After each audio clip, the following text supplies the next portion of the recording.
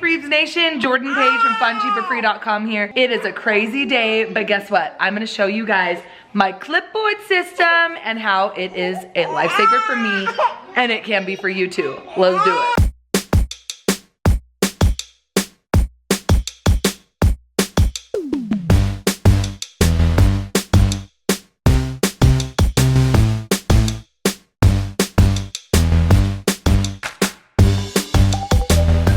If your kids are anything like mine, they wake up early and they come downstairs, and especially in the summer, they just turn on the TV and spend the first few hours of their day zoning out, doing nothing productive. And then I felt like all day long, I was having to come up with things for them to do, ways to entertain them, chores on the spot, how to keep them from fighting, and it was driving me nuts. So a few years ago, I came up with this clipboard system, and it has helped my family so much. And since telling you guys about it, it has worked well for your family as well. You've been asking for an updated version, so I'm just gonna show you what we're doing now and how we're using the clipboards to keep our kids on track and to keep them entertained in their chores and keep me sane somewhat for the most part. The clipboard system is so simple. It is a written visual way to tell if your kids' daily responsibilities are done, which allows them to then have free time or electronics or time with friends or whatever incentive you want. It takes the pressure off of you, because if they come to you asking for something, all you have to do is look over at the clipboard, see whether it's completed or not, and it puts the autonomy and responsibility on them instead of yourself. It is a total parent lifesaver, and not just for little kids,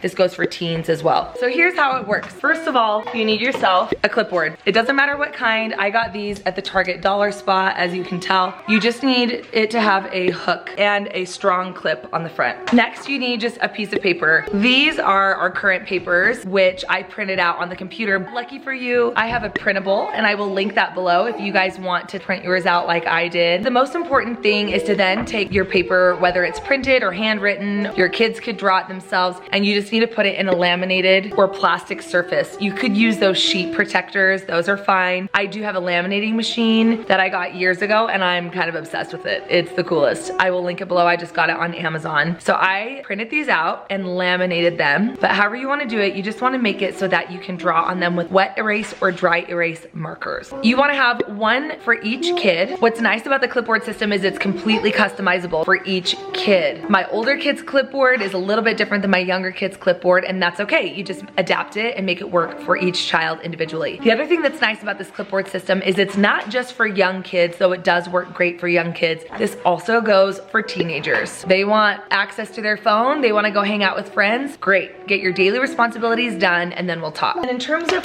hooking it on the wall, I just used a little command key hook. I will link to these below, but the ones that I find work the best are these little key hook ones, and they hold plenty of weight, so these have been great for us. So now that your clipboards are all set up, here's really the purpose and how to use them. Here are two examples of my girls' boards. Priya is almost 9 and Davy is 5. Davy is learning to read, so I do have hers in words, but one thing you could do for younger kids is you could say make your bed, but then do a little clip art icon of a bed so that if they don't know how to read it, they still have a little prompt to remind them what each one is. At this point, my kids pretty much have these memorized, so even my non-readers look like this, but you can of course customize it for yourself. It's important to put their name on it, and then I have a reminder on here that reminds them that in our house, they can't go play with friends or do screens until the clipboard is done. So there might be a day where my kids are just like, nah, I don't want to do my clipboard, and it's like, okay, well, that's fine, but you can't really go play and you can't have screens until it's done, so that is up to you. Like I said, this works really well with teenagers that you still want them out of bed and contributing and working in the family, but that you don't want to like take their phone away from them or their electronics or their friends. Great, put the pressure on them and let them be motivated to get it done. A lot of these are total no-brainers, and I get that, but I'm training my kids to create good habits in their life, and I believe in making your bed. As you guys know, we call these kind of their daily norms, if you will. These are just like the non-negotiable things that you have to do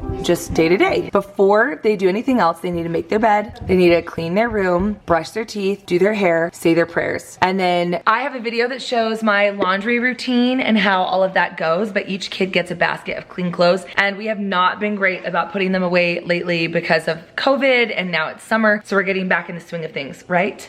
Yeah. Did you put your clothes away today? Yeah. Okay, good job. Okay, tell us about a zone. What is a zone? A zone is like a cleaning zone. It's like I have the TV room, I would clean up the TV room. I need to keep it clean all day. Good job. And then how often do we rotate zones? Every week. Every week, yeah, good job. So that's true. I've divided my house into cleaning zones because sometimes it's really hard on the spot to just come up with a job for them. The zones we have currently are this homework, school, desk area, which is perpetually disastrous. The mudroom, which, oh, who has the mudroom today? Priya? Ooh, it looks good, girl. You did good. The TV room. It's another room that gets super messy because we just live here all the time. Oh, I forgot to mention that the desk area also includes the piano room where they are now. And then the other one is the kitchen, which includes dishes and dishwasher and just keeping the counters clean. And obviously, as a family, we pitch in and help with all these things too, but that person's job for that whole week is to make sure that that zone stays picked up as best they can. Okay, let's get back to the list. Priya took her list, so I'm gonna jump over to Beck's here. Okay, so as you can see, Beck's zone right now is the desk and the piano room. Okay, exercise. This is so important to me. Not because I want my kids to have like a six-pack, but because I think if kids learn to set aside time for formal exercise, not just play, but exercise, then I think it's creating really good habits that we could all use as adults. It doesn't have to be much. Sometimes we'll turn on a little yoga video on YouTube, or sometimes we'll go on a bike ride as a family. Or today they went on a walk to the park and back, doing exercises on the trampoline. Sometimes they come up with their own exercise, but it's formal in their brains. It's not just play, it is exercise. And I think all too often kids just end up at home on the couch, and it's important for them to get up and get moving and stay strong and healthy and active. And then next is chores. And this one is, we left a big space here because in the morning I can kind of write out what I want their chores to be. But one thing we've started doing is having the kids come up with their own chores. All right, I'm gonna have Hutch help me explain this, but this is something new that we started doing, and it's been awesome. This is basically a block schedule for kids. So I found 3 old planners, and Hutch is actually going to remake the cover of this one. So he's gonna decorate this, but Every Sunday we have these 3 sections: work, school, and play. So work is where we have to do a chore, what today's chore is. And on learn or school, we get to choose what thing we gotta learn. So say I want to learn Spanish, so I'd write that on my planner, and when I look at it I know, oh, for school I'm gonna do Spanish, or like I'm gonna do coding. And for play, free time, you gotta write down what you want to do. I did tramp and sports. okay, good job, Hutch. Yeah, so in essence, I found myself not sure how much to dictate of their day. And also, just because it's summer doesn't mean I want them to stop learning, and I was having trouble coming up with stuff on the spot. I had them make a plan for their day. So you could do this with a notebook. I gave them an old planner, like I said. And on Sunday, they have to plan out their week. So every day in the planner, again, we're ignoring the dates, we break it off into 3 sections: work, school, and play, or whatever you want to call it. And they go through, and for the week, they come up with their own plan, and then they show it to me, and I approve it or ask them to change something. So for today, for example, Hutch chose his chore for the day, and this is outside of the norms. Normal. These are the things that you have to do. So we're talking chore here. So he chose to help me go and clip some roses, and we negotiated on 3 bushes. We felt like that was a good amount. Priya chose to go weed, and so she had to do this section of the yard where she was weeding. Okay, and then learn. I have a list of like approved learning activities, and then he basically made a list of what he wanted to do, which, you know, these are all the norms. So again, these are the activities that they need to do every day, which is reading, journal, piano or voice, Spanish. But then I give them the option of their choice, and he has that in his planner here. So today he wanted to do coding and Prodigy. I have showed this before, but we are just doing virtual piano lessons on an app. I'll link it below, but that has been really helpful, and it's something that is simple enough that my kids can do it without me, which is really important because I work from home and I've got all my kids, and it's just crazy around here. And then for free time is important to me as well, because I don't want my kids to just wander around bored. I want them to be intentional. This is essentially a block schedule for kids because it makes them intentional of their work, school, and play, which we should be doing as adults as well.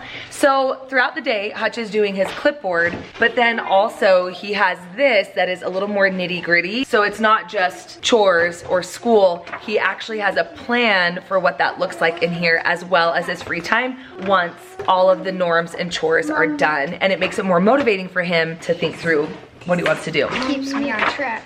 Keeps you on track. Yeah. So Hutch, yes. Where are you at with your clipboard? Right now, I'm trying to fill out this part right now because You're working on school? Yeah, I'm working on school because it's kind of the hardest one. Okay, Hutch, tell me about cooking day.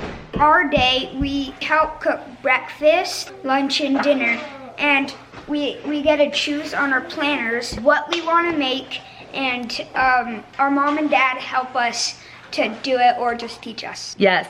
I actually got this idea from my friend Rachel Bennett, Ohana Adventure here on YouTube. We had them up to the cabin and it was so impressive how well her kids could make food for not only themselves, but for the rest of the family. And I tried, but I didn't have an organized system. So what we do now is, yeah, like Hutch said, his day is Monday. So on Monday, he's in charge of breakfast, lunch, and dinner. And obviously I'm heavily involved, but he writes in his planner and presents it to me what he wants to do for breakfast, lunch, and dinner. And then we work together to make it happen. And it's really helpful because then if I get distracted or if I'm busy feeding the babies or whatever, then he knows what to do for lunch. I can maybe help, shout out directions to him if I'm feeding the babies, but otherwise he can do it all on his own. And I think for me, this is so important for them, when they go to college, that they know how to plan their meals and feed themselves. And then of course, for their future families someday. Found it.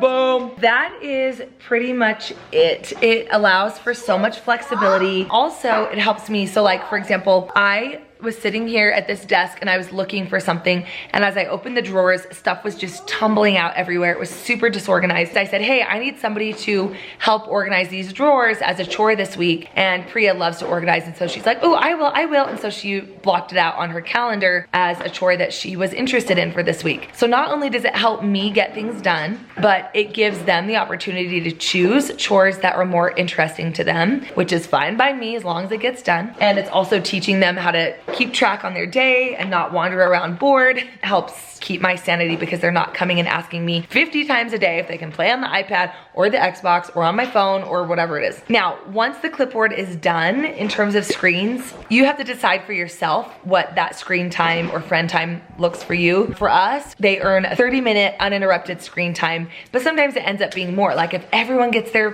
clipboards done that day, maybe we'll watch a movie as a family that night or do something special. But we do our screen time in 30-minute chunks. If they want to earn more, they certainly can. And we can give them chores or they could do extra exercise. And with these clipboards, you can obviously change them per season. So like I said, right now we are in summer and so the kids are at home, but we wanted to continue learning.